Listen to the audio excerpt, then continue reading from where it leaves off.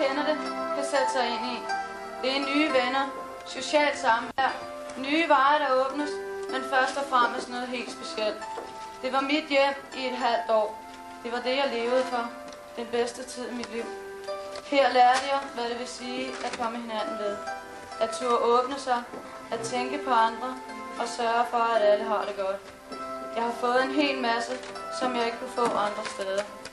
Noget, som ikke kan genopleves, og som pludselig ender bræt, som om der blev trykket på en knap.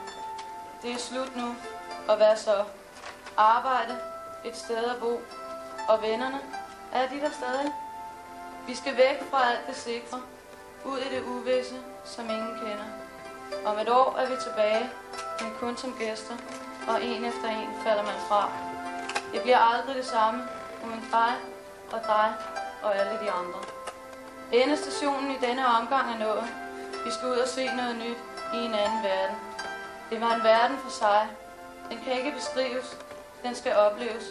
Men jeg vil aldrig glemme den og alt det gode, den gav.